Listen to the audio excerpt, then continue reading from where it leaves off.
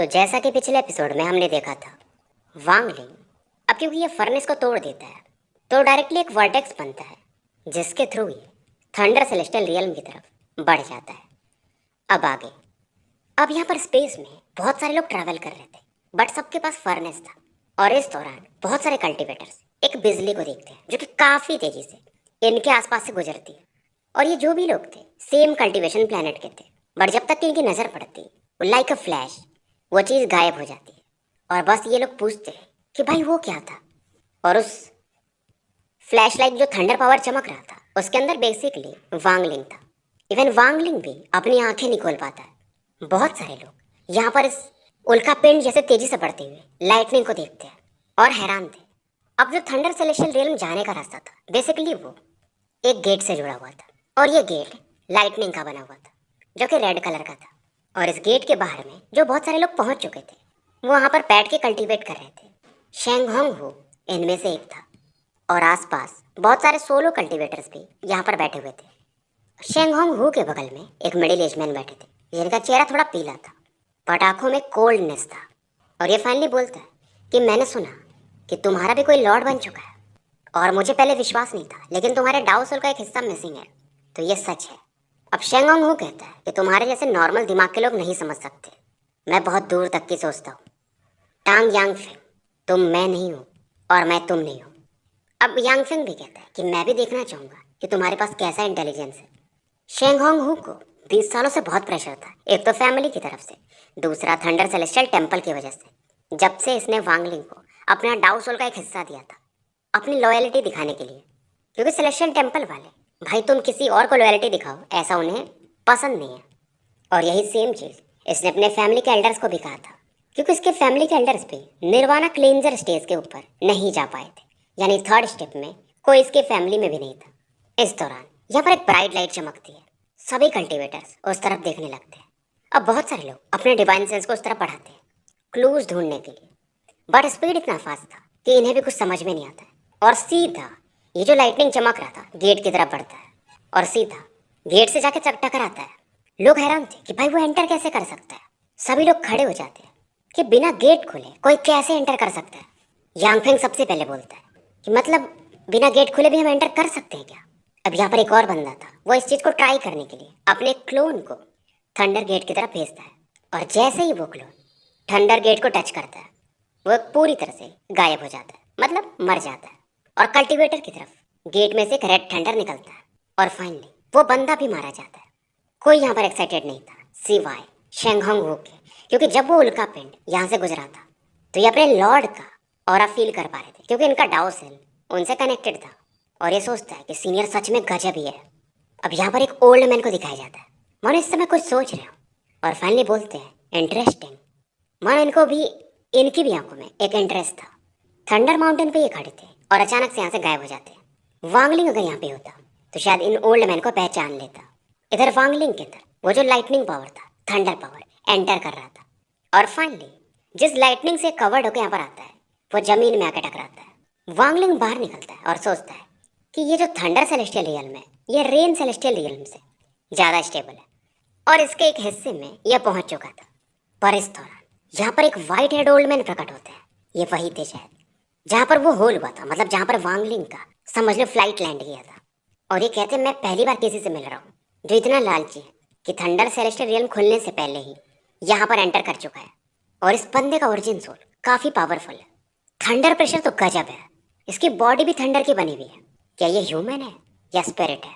और अगर ये ऐसा ही करता रहा तो फ्यूचर में ये इंसान बचेगा भी नहीं, ये थंडर स्पिरिट बन जाएगा। और क्योंकि मैंने इसे देखा है तो कोई बात नहीं, शायद हमारा कनेक्शन हो सकता है। ओल्ड मैन यहाँ से गायब हो जाते हैं, समय बीतता है। वांगलिंग इसकी बॉडी काफ़ी पेन में थी। फिलहाल ये यहीं पर बैठकर कल्टीवेट करने लगता है, क्योंकि बॉडी भी इसकी थोड़ी डैमेज हो गई थी। इसका ओरिजिन सोल सही से काम नहीं कर रहा था, क्योंकि एक थंडर पावर इसकी बॉडी में एंटर कर गया था। सेलेस्टियल कार्ड इसका इसे प्रोटेक्ट करता है। 7 दिन निकल जाते हैं और वांगलिंग जब इस बार आंखें खोलता है, ऐसा मुख भी खोलता है, तो उसमें से एक थंडर पावर निकलता है जो कि इसका थंडर नहीं था। अब वांगलिंग की इंजरीज काफ़ी तेज़ी से हील होती हैं। अब यहाँ की जो मिट्टियाँ भी थी उसमें भी ओरिजिन एनर्जी था। वांगलिंग ऑब्जर्व करता है कि ये नेचुरल ओरिजिन एनर्जी नहीं है बल्कि स्पेल से बने हैं। मतलब कोई चाहता नहीं है कि मैं यहाँ से निकलूँ, वांगलिंग को लगता है कोई तो है जो कि मुझे रोक रहा है, और जो भी रास्ते थे बंद थे, बस एक ही रास्ता था आगे बढ़ने का। मतलब सेलेस्टियल रियल्म के एक हिस्से में है जिसे किसी ने लॉक कर दिया है। अब वांगलिंग सोचता है कि वो मुझे आगे इस रास्ते से बढ़ाना चाहता है। उस बंदे का पर्पस क्या है, और अगर वो मुझे मारना चाहता तो मार चुका होता। तो वांगलिंग अब आगे बढ़ता है कि देख लेंगे भाई जो होगा। फाइनली से रास्ता मिलता है, मतलब डिवाइन सेंस को लगातार यहाँ पर बहुत सारे टनल्स थे, तो किधर से आगे जाएगा। तो एक टनल आगे बढ़ रहा था और ऑब्जर्व ये करता है, इसे और एक एग्जिट मिलता है। उस एग्जिट से ग्रे लाइट बाहर आ रहा था, तो वांगलिंग इस तरफ बढ़ता है। अब ये एग्जिट से 100 फीट की दूरी पे था, पर अचानक से वाइट लाइट वहाँ पे चमकने लगती है और ये जो गेट था वो भी गायब हो जाता है। इसे समझ में आता है, मतलब हर एक गेट को कोई ना कोई कंट्रोल कर रहा है। पर इस समय थंडर सेलेस्टियल रियल्म में उस ओल्ड मैन को दिखाया जाता है। वो स्माइल करते हैं कि चलो बहुत समय बाद कोई मिला है जिसका मेरे साथ एक फेट जुड़ा हुआ है, और अगर ये 7 दिनों में यहाँ से निकल गया तो इसका मेरे साथ एक रिलेशन है, मतलब कनेक्शन है। तो मैं उम्मीद करूँगा कि ऐसा कर पाए। इधर 3 दिन निकल जाते हैं। हर आधे घंटे में वांगलिंग को एग्जिट तो मिलता था, बट वो गायब हो जाता था, और इसके दिमाग में पूरा ये जो अंदर में टनल था उसका मैप इसके दिमाग में छप जाता है, और इसे तरीका भी मिल जाता है कि यहाँ से निकलना कैसे है। अब वांगलिंग वॉर कैरियट को निकालता है, जो कि धीरे सा थंडर बीस्ट में बदल जाता है। थंडर बीस्ट को इसे कुछ बोलना भी नहीं पड़ता है, वो सीधा अटैक करने लगता है। बट फिर भी जो यहाँ पर वो स्पेल्स थे, थंडर बीस्ट को भी पीछे फेंक देते हैं। सेलेस्टियल गार्ड भी साथ में पंच मारता है। गार्ड भी रिबाउंड हो जाता है, लेकिन वो पंचेस लगातार मारते रहता है। अब इस समय डेविल बाहर निकलता है। तीनों मिलकर अब अटैक करते हैं। टनल पूरी तरह से हिलने लगा था, और वांगलिंग भी इस दौरान एक सील बनाता है। थंडर पावर को इकट्ठा करता है और चारों अब मिलकर अटैक करते हैं। एक जो टनल था वो कोलैप्स कर जाता है, तो बाकी टनल भी अब कोलैप्स करने लगते हैं। और इस दौरान वांगलिंग को एक ओरिजिन स्पेल मानो इन सभी टनल्स को जो कनेक्ट किया हुआ था वो दिखाई देता है। इस दौरान वांगलिंग काफी तेजी से बढ़ता है। यहाँ पर से एक एग्जिट गेट दिखता है, और ये सोच रहा था भाई ये बंदा करना क्या चाहता है, क्योंकि स्पेल बहुत पावरफुल है। ये मुझे मारना चाहता तो मार चुका होता, ट्रैप करना चाहता है तो दरवाजे क्यों दिखा रहा है। फिलहाल ये थंडर बीस्ट और सेलेस्टियल गार्ड को रख लेता है। वांगलिंग अब सोचने लगता है कि देखो अब जो भी सेकंड स्टेप में जाता है उसको सेलेस्टियल जेट्स की तो जरूरत पड़ती नहीं है, उन्हें चाहिए रहता है ओरिजिन एनर्जी, और यहाँ पर बहुत सारे ट्रेजर्स होंगे। और यहाँ पर ये जो ओरिजिन एनर्जी होती है उसके बहुत सारे गड्ढे होते हैं जहाँ पर ओरिजिन एनर्जी काफ़ी मात्रा में होती है। तो ये चीज़ भी एक माहौल बनाती है बाहर के कल्टीवेटर्स के लिए। और यहाँ पर एक ओरिजिन टूल करके भी होता है। उसकी खासियत ये है कि अगर फर्स्ट स्टेप का कल्टीवेटर हो और उसमें से वो ऑरा एब्जॉर्ब करे तो वो सेलेस्टियल स्पिरिचुअल एनर्जी में बदल जाएगा। लेकिन अगर सेकंड स्टेप का कल्टीवेटर एब्जॉर्ब करेगा तो वो उसे वो ओरिजिन एनर्जी देता है। बट रेन सेलेस्टियल रियल्म में ऐसी चीज़ें नहीं होती थी। अब ये गैस करता है क्योंकि रेन सेलेस्टियल रियल्म ज़्यादा फूटा हुआ था, तो उसका एरिया छोटा हो गया था। और वांगलिंग को लगता है कि इसका कल्टीवेशन अभी भी उस लेवल पे नहीं है। इधर वांगलिंग क्योंकि टनल्स कोलैप्स कर चुके थे, जमीन के नीचे से एक स्पिरिचुअल ऑरा ये फील करता है। वहीं थंडर सेलेस्टियल रियल्म में ओल्ड मैन को दिखाया जाता है। वो आगे बढ़ रहे थे पर फिर रुक जाते और हंसते कि इस बंदे ने शॉर्टकट लिया है, नहीं तो ये 7 दिनों में नहीं निकल पाता। लगता है तुम सच में मेरे साथ फिटेड हो। ओल्ड मैन बेसिकली कुछ बड़ा प्लान कर रहा था 10,000 सालों से। पहले ये बोलता है कि मैं माउंटेन सोल को फाइंड करूंगा और ग्रेट ऑल हेवन फॉर्मेशन बनाऊंगा, उसके बाद मैं तुमसे मिलता हूँ। ये काफ़ी एक्साइटेड था, मतलब एक प्लान पर ये 10,000 सालों से काम कर रहा था। इसका एक ही गोल था कि ऑल हेवन स्टार सिस्टम में ये नंबर 1 बंदा बनेगा। और इसका प्लान ये था कि जब ये नंबर 1 बन जाएगा तो फिर ये अलायंस स्टार सिस्टम में जाएगा और वहाँ का कोई मास्टर है जोंग जुआन करके, उसे मार देगा। इधर वांगलिंग सोचता है कि यार इस ऑरा को मैं पहले क्यों नहीं फील कर पाया, जब ये पूरी तरह से कोलैप्स कर गया तब मुझे पता चला। वांगलिंग बेसिकली बाहर निकल चुका था, ये उस चीज़ को ऑब्जर्व कर रहा था। पर तभी एक डेविलिश ऑरा इसकी तरफ बढ़ती कि जूनियर उस चीज़ को छोड़ दो, निकल जाओ नहीं तो मारे जाओगे। तो एक ब्लैक फ्लेम जो कि डेविल फ्लेम था वांगलिंग की तरफ पड़ता है, और यहाँ पर एक पर्पल रोब्ड यंग मैन को दिखाया जाता है। अब वांगलिंग को जो चीज़ मिली थी ये बेसिकली एक हैंडल के जैसी थी, उसे बैग में रख लेता है। वो बंदे को और गुस्सा आता है कि लगता है तुम मरना चाहते हो। इस बंदे के आसपास मानो बारिश के बूंदे हो, वो तीर में बदल जाती है और वांगलिंग की तरफ पड़ती है। बंदा बेसिकली इल्यूजनरी ये स्टेज पे था। वांगलिंग पीछे हटता है और इसकी बॉडी से थंडर पावर निकलता है और उन जो रेन से एरोज बनी थी उन्हें ये काउंटर करने लगता है। बंदा भी बोलता है वो कि काफ़ी इंटरेस्टिंग है ये।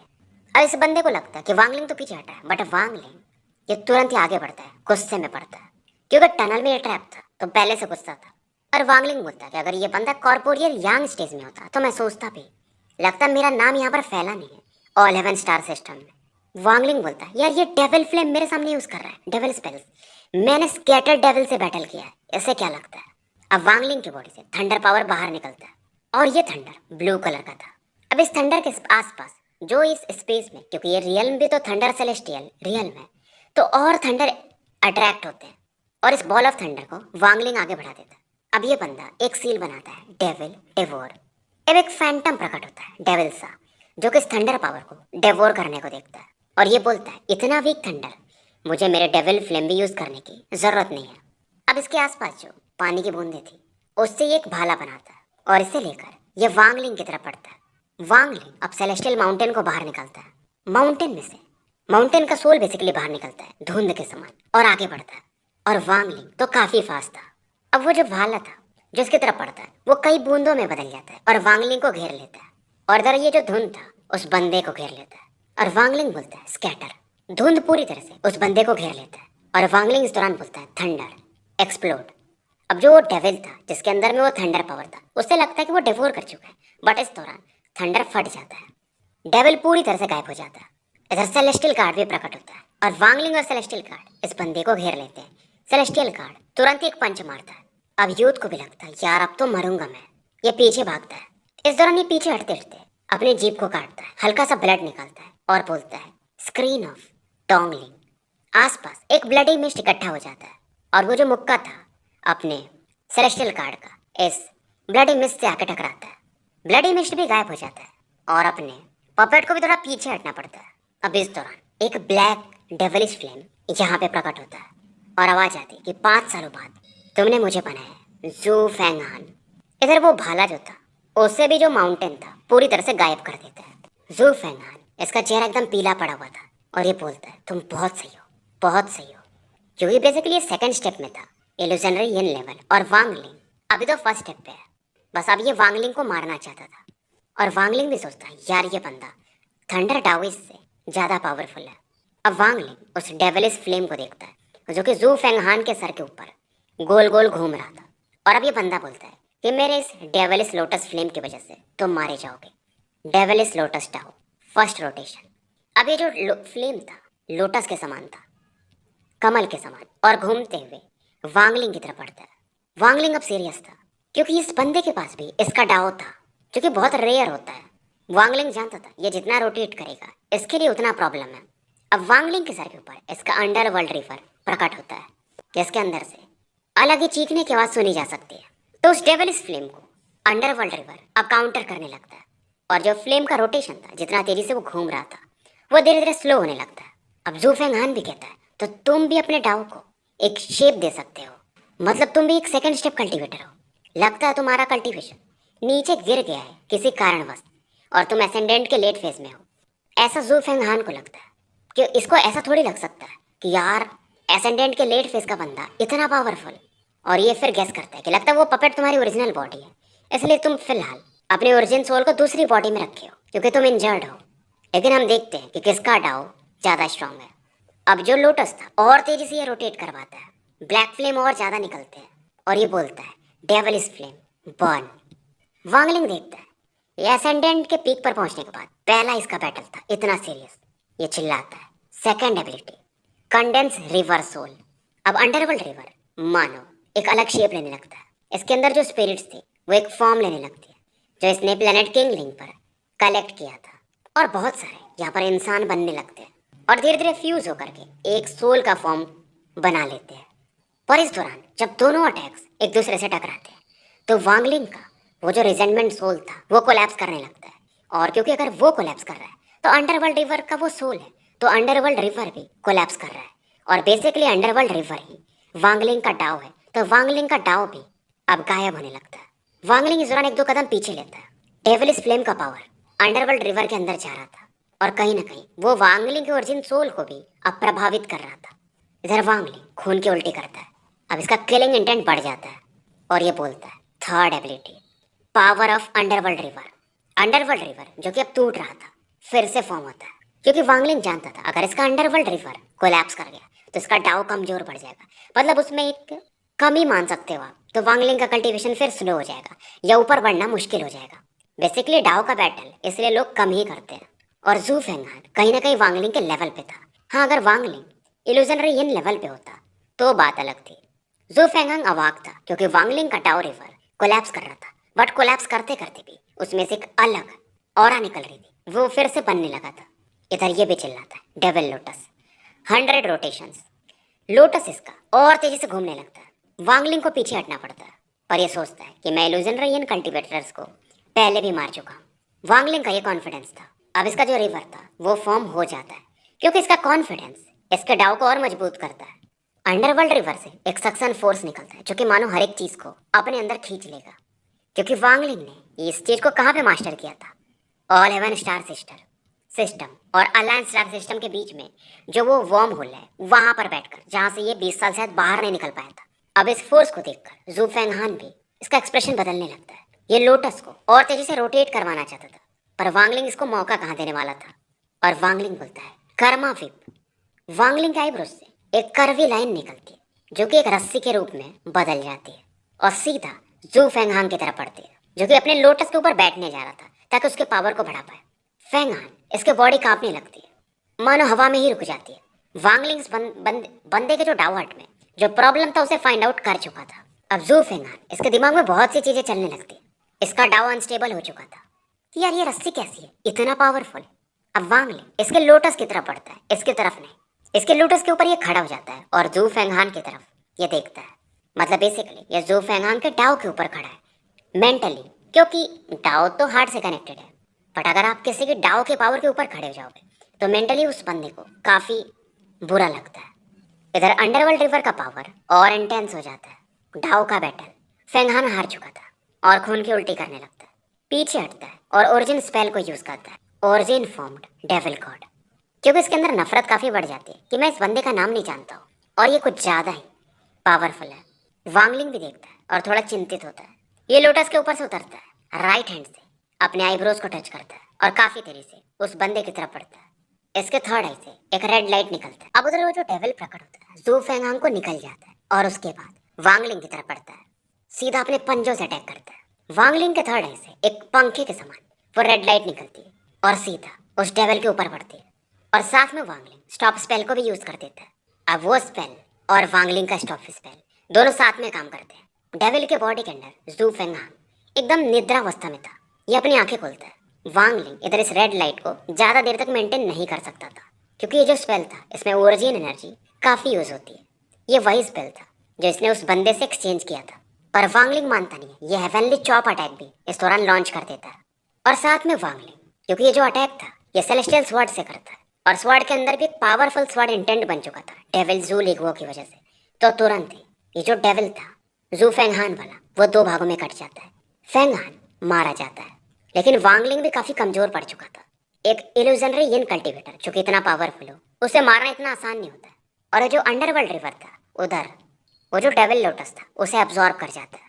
पर वांगलिंग सोचता है कि क्या, क्योंकि डाओ तो किसी बंदे से कनेक्टेड होता है, तो मेरा अंडरवर्ल्ड रिवर उसके पावर को यूज कर पाएगा फ्यूचर में। बैटल खत्म होने के बाद वांगलिंग रुकता नहीं है, ये आगे निकल जाता है। 3 दिन और बीत जाते हैं। इसे सामने में एक पहाड़ी नजर आती है जहाँ पर बिजलियाँ काफी कड़क रही थी और यहाँ पर बैठकर ये कल्टीवेट करने लगता है क्योंकि इसके अंदर ओरिजिन जो एनर्जी था वो काफी कम हो चुका था। कल्टीवेशन के दौरान अंडरवर्ल्ड रिवर से ये उस लोटस को बाहर निकालता है और जैसे ही लोटस अंडरवर्ल्ड रिवर से बाहर निकलता है वो गायब होने लगता है। पर वांगलिंग तुरंत ही इसे अंडरवर्ल्ड रिवर में डाल देता है। अब उस बंदे के पास से ट्रेजर भी मिले थे जो कि शायद ओरिजिन टूल हो सकता है इसके हिसाब से। पर इस दौरान एक bloody red light all heaven star system की तरफ बढ़ रहा था। इस रेड लाइट के पीछे में एक डार्क रेड प्लेनेट को दिखाया जाता है। बेसिकली प्लेनेट ही मूव कर रहा था। फिलहाल यहाँ पर एक बंदे को दिखाया जाता है जिसके लाल बाल थे, भौहें भी लाल थी और लाल रंग के इसने ड्रेस भी पहने थे। दिखने में काफी हैंडसम था और 40s में होगा अपने। ये बंदा इस प्लेनेट की तरफ देखता है। इसकी आंखों में एक अलग ही उत्साह या जो भी बोलो, ये रेस्पेक्ट दिखाता है और बोलता है कि याओ लुओडोंग का बेटा याओ कॉन्ग फैमिली में वापस आ चुका है। कोई आवाज़ नहीं आती है। थोड़ी देर बाद इस प्लेनेट से एक आवाज़ आती है कि अंदर आ जाओ। और फिर वो बोलते हैं कि जब तुम्हारे फादर ने फैमिली छोड़ा था तो उन्होंने कहा था कि कितने भी जनरेशन पास हो जाए तुम लोग यहाँ पर आ सकते हो। याओ कॉन्ग इस बारे में सोचते हैं कि ये तो ऑल हेवन स्टार सिस्टम नहीं आना चाहते थे, क्योंकि इसकी वजह से इन्हें ऑल हेवन स्टोन को यूज करना पड़ा था, जो कि इनके फादर ने इनके लिए छोड़ा था। लेकिन अगर ये यहाँ पर नहीं आते तो ये शांति से नहीं रह सकते थे। ये सब अपने बेटे के लिए कर रहे थे, याओ जिक्सियो के लिए। ये कोई और नहीं, ब्लड एंसेस्टर थे। तो इनका नाम याओ कॉन्ग है। और फिर से वो आवाज़ आती है उस प्लेनेट से कि जाओ इस जगह से, अलायंस स्टार सिस्टम लौट जाओ, वहाँ पर तुम्हारे फादर रहते थे। क्योंकि अब हमारे याओ फैमिली में कोई याओ लूडोंग का नाम का है ही नहीं, मतलब हमारा अब कोई वास्ता नहीं है तुमसे। पर तुरंत ही ब्लड एंसेस्टर कहते हैं कि ग्रैंडफादर, मेरी अकेली बेटी याओ जिक्सियो को किसी ने किडनैप कर लिया है। वो अलायंस स्टार सिस्टम का था और यहीं पर आया हुआ है। मुझे पता भी नहीं है कि मेरी बेटी जिंदा या मर गई। वो आपके याओ फैमिली की है। अब वो जो आवाज़ आ रही थी वो शांत हो जाते हैं और फाइनली उनके अंदर से आवाज़ निकलती है, याओ जिक्सियो। बहुत प्यार से बोलते हैं और कैलकुलेट करके बोलते हैं कि वो थंडर सेलेस्टियल रियल्म के अंदर है, मतलब तुम्हारी बेटी। तो जाओ मेरी पोती को लेकर आओ, थंडर सेलेस्टियल टेम्पल जाओ मेरे टोकन के साथ, वो तुम्हें अंदर भेज देंगे। ज़्यादा लेट मत होना, नहीं तो वो लोग भी तुम्हें अंदर नहीं भेज पाएंगे। इधर वांगलिंग को दिखाया जाता है जो कि एक गुफा बना के बैठा हुआ था और अपनी इंजरीज को हील कर रहा था। सेलेस्टियल गार्ड भी खुद को हील कर रहा था। फाइनली वांगलिंग आंखें खोलता है। इसके आसपास 10 फ्रैगमेंट्स थे। इसने कभी भी ओरिजिन टूल को देखा नहीं था, बट इसको लगता है कि शायद ये ओरिजिन टूल के हिस्से हो सकते हैं। अब 10 टुकड़ों को ये देखता है और अपने माइंड में कैलकुलेट करता है कि इसका सबसे सही शेप क्या हो सकता है। 1 घंटे बीत जाते हैं। वांगलिंग के हिसाब से इसे मिलाकर भी एक कंप्लीट ट्रेजर नहीं बनाया जा सकता, क्योंकि शायद अभी भी कुछ इसके पीसेस मिसिंग थे। फिलहाल ये इन्हें अपनी ऑरा से कनेक्ट करने लगता है। वांगलिंग इधर सोचता है, मतलब इन चीज़ों को बैग में रख लेता है कि जू फेंगहान वो इल्यूजनरी यिन कल्टीवेटर था, बट उसके पास बैग क्यों नहीं था, स्टोरेज बैग वगैरह। क्योंकि वांगलिंग ने जब जू फेंगहान को मारा था तो मरने के बाद वो गायब हो गया था और बैग भी नहीं मिला था इसे, जो कि बहुत ऑड माना जाता है। क्योंकि आप किसी को मारते हो तो उसके पास उसके स्टोरेज बैग तो होते ही हैं यार, उसके पास पिल्स तो होने चाहिए, कुछ तो होना चाहिए। और वो चीज़ें जो हासिल करेगा उसे रखेगा कहाँ पर। और शायद ये लोग कोई अलग मेथड यूज़ करते होंगे स्टोर करने का। फिर ये गेस करता है कहीं वो डेविल लोटस उसके अंदर तो नहीं रखता है। अब वांगलिंग अंडरवर्ल्ड रिवर को फिर से प्रकट करता है। डेविल लोटस को ये बाहर निकालता है तो सीधा ये अंडरवर्ल्ड रिवर के अंदर जाता है ताकि ये डेविल लोटस गायब न हो जाए। लोटस के आसपास जो फ्लेम्स थे वो तो वैसे भी अब गायब हो रहे थे, बट एक क्लाउडी हो रहा लोटस के आसपास इसे दिखती है, जो कि अभी भी रोटेट कर रही थी। और वांगलिंग जब इसे देखता है तो लोटस के अंदर से फिर से एक डेविल निकलता है जो कि इसे डेवोर करना चाहता था। पर डेविल कुछ फील करता है और तुरंत ही डेविल लोटस के अंदर भागने लगता है, बट लेट हो चुका था। वांगलिंग तुरंत ही इस डेविल को पकड़ लेता है और इसे डेवोर कर जाता है। ये सोचता है कि मैं स्कैटर्ड डेविल को तो रिफाइन नहीं कर पाया था 100-150 सालों में भी, बट ऐसे नॉर्मल डेविल को तो आराम से रिफाइन कर सकता हूँ। ये नॉर्मल लोगों के पास टेक्निक नहीं होती है, क्योंकि वांगलिंग सोल डेवोरर भी था, इसलिए इसके पास यह टेक्निक था। अब इसे अब्जॉर्ब करने के बाद वांगलिंग की ओरिजिन एनर्जी रिकवर होती है, पहले से बढ़ भी जाती है, मानो कॉम्प्रेस होने लगती है, यानी कि छोटे फॉर्म में कंडेंस होने लगती है। अब डेविल को बाहर निकलने के बाद वो जो लोटस था उसके अंदर वांगलिंग को एक स्पेस दिखाई देता है। वहां पर इसे 4 मोतियों जैसे कुछ दिखते हैं। एक मोती अपने आप गायब हो जाता है। वांगलिंग 2 मोतियों को पकड़ लेता है, तीसरे को पकड़ने वाला था बट वो भी गायब हो जाता है। अब इन मोतियों के अंदर ये अपने डिवाइन सेंस को भेजता है और वांगलिंग को अब समझ में आता है तो ये बंदा अपने डाव को यूज कर रहा था और इन मोतियों के अंदर स्टोरेज बैग बना के था। डाव के थ्रू उसने अपना एक स्पेस बनाया था, तो यहाँ पर प्रोटेक्शन भी सबसे ज्यादा था।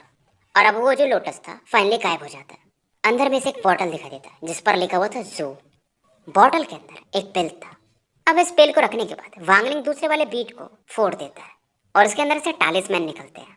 वांगलिंग को याद आता है जब ये फेंग्यू सेक्ट में था, मतलब बहुत छोटा था जब, तो ऐसे टालिस्मैन लो लेवल के कल्टीवेटर्स यूज करते थे, बट अगर फेंगहान यूज कर रहा है इसे तो इसकी बात कुछ अलग होगी। बड़े से कुछ समझ में नहीं आता। फिलहाल ये इसे रख देता है और यहाँ से बाहर निकलता है। अब वांगलिंग सोचता है कि रेन सेलेस्टियल रियल में ट्रांसफर एरेज हुआ करते थे, एक फ्रैगमेंट से दूसरे फ्रैगमेंट जाने के लिए, और पावरफुल फैमिलीज ने बनाए थे। बट थंडर सेलेस्टियल रियल बहुत पावरफुल है, तो यहाँ पर एरेज मुश्किल है, यानी कि ट्रैवल करके ही जाना पड़ेगा। वांगलिंग आगे बढ़ता है पर अचानक से 2 स्वॉर्ड एनर्जीज इसकी तरफ बढ़ रहे थे। एक मैन था और एक वुमेन। आदमी 30 साल का लग रहा था और वुमेन 28 साल की। लड़की की जो आंखें थी वो फेनिक्स के समान थी, बट थोड़ी एविल दिख रही थी। अब वांगलिंग को देखकर ये रुक जाते हैं और एक चैन की सांस लेते हैं जब अपने डिवाइन सेंस से इसे ऑब्जर्व करते हैं कि चलो ये एसेंडेंट के पीक पर है। बस वांगलिंग में इनके कल्टीवेशन को देख लेता है। दोनों एसेंडेंट के पीक पर थे। दोनों निकल भी जाते हैं, मतलब वांगलिंग को छेड़ते नहीं। तो जिस हिस्से पर वांगलिंग था उस एरिया को ये 1 महीने तक सर्च करता है, इसे कुछ नहीं मिलता है। तो अब ये दूसरी तरफ बढ़ता है। ये आगे की तरफ जा रहा था पर कुछ फील करता है। अचानक से एक फॉर्मेशन यहाँ पर बनता है। ये एक रेस्ट्रिक्शन फॉर्मेशन था जो कि हिडन था, पर वांगलिंग यहाँ से पहले भी गुजरा था, बट यहाँ पर इसे ये चीज़ फील नहीं हुई थी। और वांगलिंग खुद में एक रेस्ट्रिक्शन मास्टर था, तो ये हैरान होता है। तो स्टोरी यहीं पे समाप्त कर